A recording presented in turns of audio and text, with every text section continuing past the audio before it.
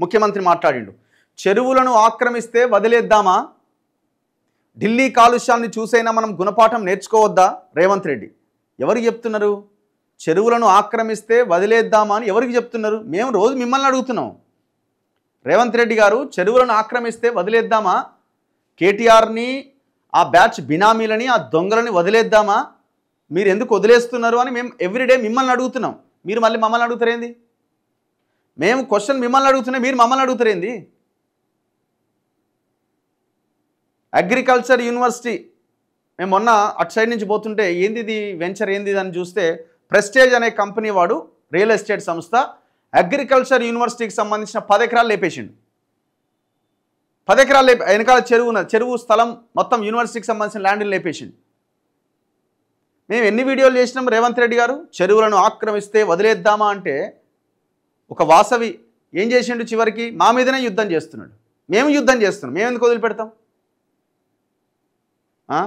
ఆడికి పోతున్నారు, చూస్తున్నారు, ఆ బుల్డోజర్లు పోయినట్టే పోతున్నాయి, తెల్లారే పోతే ఎల్లుండే పోతాయి అని అంటున్నారు. కథం అయిపోయింది, ఏమవుతుందో తెలుస్తలేదు. మొత్తం లాలుచి దుకాణం ఓపెన్ చేసి కౌంటర్ వదిలేస్తున్నది మీరు. హైడ్రా స్టార్ట్ చేసి చెరువులను కాపాడాల్సిన మీరు, కాపాడుతామన్న మీరు, చివరికి దాన్ని ఎత్తేస్తున్నది మీరు. సమాధానం చెప్పాల్సింది ఇటువైపు నుంచి కాదు, మీరే చెప్పాల్సిన ఆన్సర్. ఢిల్లీ కాలుష్యాన్ని చూసైనా మనం గుణపాఠం నేర్చుకోవద్దా? రేవంత్ రెడ్డి మూసీ ప్రక్షాళన, అక్రమ కట్టడాల కూల్చివేత కొందరు అడ్డం పడుతున్నారు.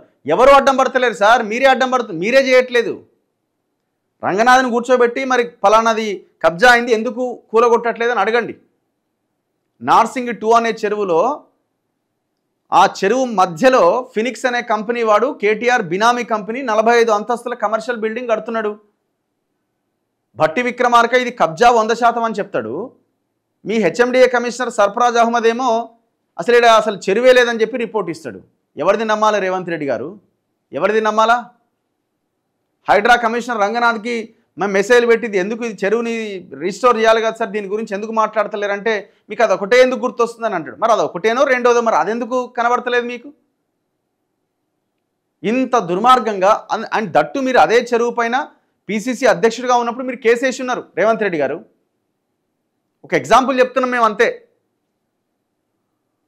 అమీన్పూర్లో మీరు అంటున్నారు కదా అక్రమ కట్టడాలని, గవర్నమెంట్ ల్యాండ్ని కబ్జా చేసి, పార్క్ స్థలాన్ని కబ్జా చేసి, లేఅవుట్ల మీద లేఅవుట్ వేసి, గూడెం మహిపాల్ రెడ్డి మీ పార్టీలోనే ఉన్నాడు కదా ఇప్పుడు, గూడెం మహిపాల్ రెడ్డి ఆయన తమ్ముడు మధుసూదన్ రెడ్డి కలిసి గోల్డెన్ కీ పేరుతో వెంచర్ వేసి పడేసి పాపం వందలాది మంది ప్లాట్ ఓనర్స్ని ఇబ్బంది పెట్టి, దాని సంగతి ఏంది? పోయింది రంగనాథ్ ఆడిదాకా మళ్ళీ నెక్కొచ్చిండు. అదే అమీన్పూర్లో ఒక అర్బన్ రైజ్ కేటీఆర్ కంపెనీ, అది కేటీఆర్ బినామీ కంపెనీ. అది వాడు 11 ఎకరాలకు సంబంధించిన బఫర్ జోన్ ఏరియాని, చెరువు బఫర్ జోన్ ఏరియాలో కన్స్ట్రక్షన్ చేస్తున్నాడు. ఇప్పుడు స్టిల్ ఈనాటికి మళ్ళీ మీరే అంటున్నారు చెరువులను ఆక్రమిస్తే వదిలేద్దామా అని. వదిలేసినారు కదా మీరు. అదిత్రి అనే ఒక కంపెనీ అదే అమీన్పూర్లో 7 తూములను మూసేసి కన్స్ట్రక్షన్ చేస్తున్నాడు వాడు. అవంతిక అనే ఇంకొక కన్స్ట్రక్షను ఏకంగా బిల్డింగే కట్టిపడేసింది దాని మీద. ఇక్కడ సాకి చెరువు ఉంది పటాన్ చెరువు దగ్గర, ఇన్కార్ అనే కంపెనీ వాడు మొత్తం గతంలో టీజీఐఏసీకి టీఎస్ఐఏసీకి ఇచ్చిన భూములని కబ్జా చేసి కడుతున్నాడు. చెరువును ఆక్యుపై చేసి తూములు మూసేసిండు. ఇవన్నీ మేము చూపించినవి వాస్తవాలే కదా, గ్రౌండ్ రియాలిటీనే కదా. మరి ఎవరు వదిలేస్తున్నారు చెరువులను ఆక్రమిస్తే? మీరు వదిలేస్తున్నారా లేకపోతే ఎవరు వదిలేస్తున్నారు? వదిలేద్దామా అంటే వదిలేద్దామా అయింది. మీరు రంగనాథ్ క్లారిటీ ఇవ్వండి ఫస్ట్. రేవంత్ రెడ్డి రంగనాథ్ క్లారిటీ ఇవ్వాలి తెలంగాణ సమాజానికి. హైడ్రా ఎందుకు తెచ్చారు, ఏం చేస్తున్నారని.